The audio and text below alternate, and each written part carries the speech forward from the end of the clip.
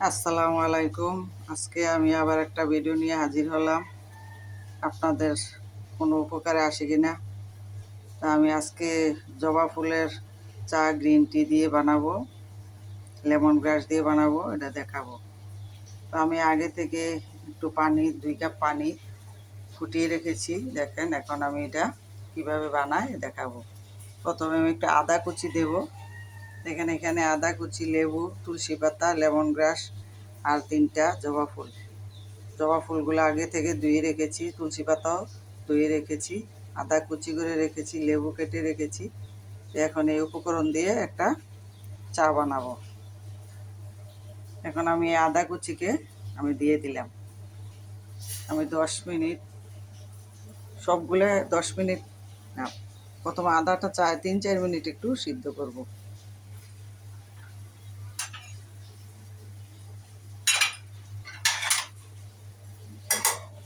একটু ঢেকে দিলাম, 3-4 মিনিট একটু সিদ্ধ করে নেব। অল্প আছে, বেশি আঁচে দেওয়া যাবে না, আস্তে আস্তে সিদ্ধ হবে, এটা নির্যাসটা বের হবে। দেখেন এখানে আমি একটু সিড মিক্স দিয়েছি, একটা এই শরবত প্রতিদিন যেটা আমরা খাই, হালিম বীজ, তারপর ইসবগুল, এটা খালি পেটে এটা সবাই খেতে পারেন। যাদের গ্যাসের সমস্যা, পেট জ্বলে, তারা এই শরবতটা খেতে পারেন খালি পেটে। এটা সবার জন্য। এটা সবাই সকালবেলা খালি পেটে 1 গ্লাস খাবেন, দেখবেন যে গ্যাস কমে গেছে, পেট ঠান্ডা হয়ে গেছে, পেটের জ্বালা পোড়া কমে গেছে।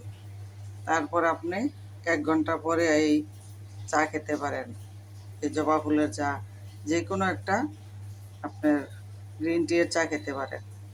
তারপরে আপনি 1 ঘন্টা পরে আবার একটু বাদাম খেলেন, বাদাম কিছু ছুলে রেখেছি আর কিছু ছোলা বাকি আছে, খোসা ফেলে এইভাবে বাদাম খাবেন। রাত্রে ভিজিয়ে রাখবেন বাদাম, সকালে একটু খাবেন। তারপর 1 ঘন্টা পরে আবার আপনি এই সিড মিক্স খেলেন। সিড মিক্সের মধ্যে আছে আম আছে, একটু কলা আছে, একটু টক দই আছে, সিড মিক্স আছে, তারপর আঙ্গুর আছে। আপনাদের যারা ডায়াবেটিস 5-6 থাকে, তারা একটা কলা, একটা আপেল বা একটা আম, আপনার আঙ্গুর খেতে পারেন, 2টা আঙ্গুর খেতে পারেন। যদি ডায়াবেটিস বাড়া থাকে তাহলে যে কোনো একটা ফল খাবেন। আমার যেহেতু 4-5 থাকে, 5-6 থাকে, আমি প্রতিদিন 2টা ফল খেতেই পারি। তাই এখানে আমি কলা, আম, আঙ্গুর, টক দই আর সিড মিক্স দিয়ে রেখেছি। দেখেন এগুলো আমি খাবো। সকালের নাস্তাটা এইভাবে সবাই খেতে পারেন। যাদের ডায়াবেটিস তারাও খাবেন, যাদের হাই প্রেশার তারাও খাবেন, যারা প্রেশার ডায়াবেটিস কিছুই নেই তাদের জন্য ওই খাবারটা। যখন আপনি অফিসে যাচ্ছেন, দেরি হয়ে গেছে, তাহলে এইভাবে একটা সিড মিক্স খেয়ে যেতে পারেন, আপনার শরীরে অনেক এনার্জি দিবে। এইভাবে একটা গ্রিন টি খেয়ে যেতে পারেন, আপনার শরীরে অনেক এনার্জি দিবে। গ্রিন টির সাথে আপনি মধু দিবেন, মধু এবং একটু ঘি দিতে পারেন। ঘি অনেক শরীরে এনার্জি দেয়। ঘি দিলে আসলে চাটা অনেক মজা লাগে, ভালো লাগে। তো এই চাটা আপনি খেয়ে দেখবেন, আপনার কাছে অনেক ভালো লাগবে চাটা। তো এইভাবে আগে থেকে আমি একটু ঘি আর একটু মধু দিয়ে রেখেছি। তো দেখেন এইভাবে আপনারা এটা একটা চা বানিয়ে খেতে পারেন। দেখেন আমি এখানে আদা কুচি দিয়েছি, এই যে আদা কুচিটা ফুটে গেছে, এই যে দেখেন ফুটতেছে। এইভাবে আর একটু কথা বলতে বলতে একটু সিদ্ধ হয়ে নিন। আমে অনেক ভিটামিন আছে, ভিটামিন সি এ আছে। আম শুধু সুস্বাদু ফল নয়, এটার মধ্যে অনেক পুষ্টি আছে। আম একটা পুষ্টিকর ফল, সিজনেবল ফল। আপনার আম ত্বকের জন্য ভালো, পেটের জন্য ভালো, যাদের আপনার পায়খানা ক্লিয়ার না তাদের জন্য আম অনেক ভালো। আম শরীরে অনেক পুষ্টি দেয় ও শরীরে শক্তি যোগায়, কারণ যেহেতু এটার মধ্যে অনেক পুষ্টি আছে। হার্টের জন্য ভালো। তো আম হজমে অনেক সাহায্য করে। আম একটা খেতেই পারি আমরা। আর কলা, সকালবেলায় একটা কলা আপনার নাস্তার মধ্যে রাখবেন, একটু আঙ্গুর রাখবেন, কারণ কলা সারাদিনের একটা শক্তি যোগায় শরীরের মধ্যে।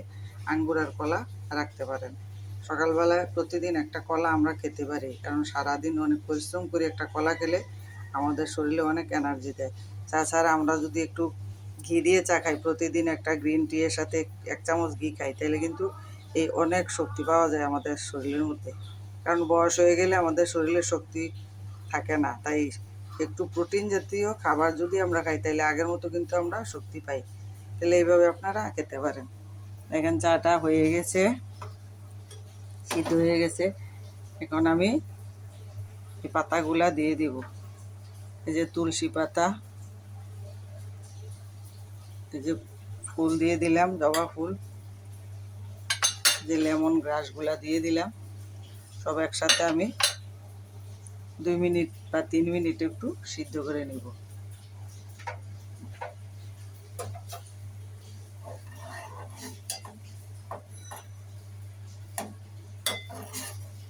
দেখেন কি সুন্দর কালার বের হয়ে গেছে।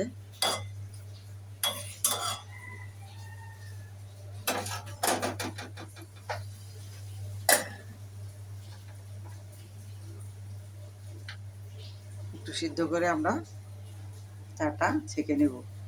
তাইলে এইভাবে যদি আমরা শরীরের একটা যত্ন নিই, তাইলে কেমন ভালো হয় না? আমাদের শরীরের যত্ন নিতে, বয়স হলে শরীরের অনেক যত্ন নিতে হয়। কারণ শরীর না হয় ভেঙে পড়ে, দুর্বল হয়ে পড়ে, নিজের চলা যায় না। নিজের যেন একা চলতে পারি, এই জন্য আমাদের শরীরের অনেক যত্ন নিতে হবে, আমাদেরকে সচেতন হতে হবে। তাহলে এইভাবে যদি আমরা সকালবেলায় রুটি না খাই, রুটি না খেয়ে এইভাবে আমরা নাস্তা খাই, তাহলে রুটি খেলে যেই শক্তি পাওয়া যায়, এর চেয়ে বেশি আপনি শক্তি পাবেন। এইভাবে আপনি যদি একটা সিড মিক্স দিয়ে নাস্তা খান, এইভাবে একটা গ্রিন টি খান, এইভাবে যদি আপনি একটু বাদাম খান, তাইলে কিন্তু অনেক শক্তি পাওয়া যায়। তাইলে এইভাবে আমরা নাস্তাটা খাই সকালবেলা, রুটি না খেয়ে। রুটি খেলে তো রুটিতে সুগার বাড়ে, ভাতে অনেক সুগার বাড়ে, এই জন্য আমরা এগুলা না খাওয়া ভালো। এইভাবে আমরা যেন নাস্তাটা সকালবেলা খাই।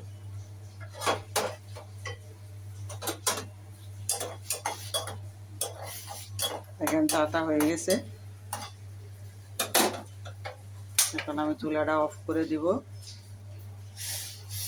একটু ছেঁকে নিব।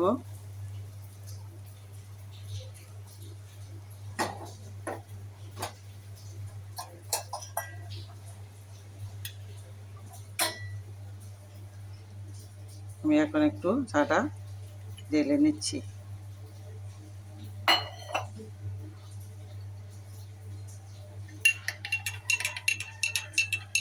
ঘিটা মিশিয়ে দেব, ঘি আর মধু, আপনি ইচ্ছা মতো ঘি আর মধু, চিনি না, মধু আর লেবু দিতে পারেন। লেবু আপনি যেরকম টক খান, আমি তেমন টক খাই না, এই জন্য আমি একটু কম দিই। আপনারা যদি টক বেশি খান, তাহলে টকটা একটু বেশি দিয়ে একটু মধুটা একটু বেশি দিতে পারেন। আমি 1 চামচ মধু দিয়েছি, আপনি চাইলে 2 চামচ দিতে পারেন যদি ডায়াবেটিস কম থাকে। যাদের প্রেশার তারাও এভাবে খেতে পারেন, কারণ জবা ফুল হাই প্রেশারের জন্য অনেক ভালো, প্রেশার কমায়, রক্ত শূন্যতা দূর করে, চুলের জন্য অনেক ভালো, চুল মজবুত করে, চুল পড়া বন্ধ করে, এই জন্য খেতে পারেন। দেখেন রঙটা অনেক সুন্দর হয়েছে, কালারটা অনেক সুন্দর হয়ে গেছে। তারপরে আপনারা তা খেতে পারেন। দেখেন ঘিটা দেওয়াতে অনেক সুন্দর একটা কালার, দেখেন ঘি উপরে বেশি আছে, অনেক সুস্বাদু। কিন্তু আপনি না খেলে বুঝবেন না এই চাটা অনেক সুস্বাদু। তা আশা রাখি আপনাদের ভালো লাগছে। ভিডিওটা যদি ভালো লাগে, তাইলে আপনি একটু লাইক দিবেন, সাবস্ক্রাইব করবেন। আল্লাহ হাফেজ।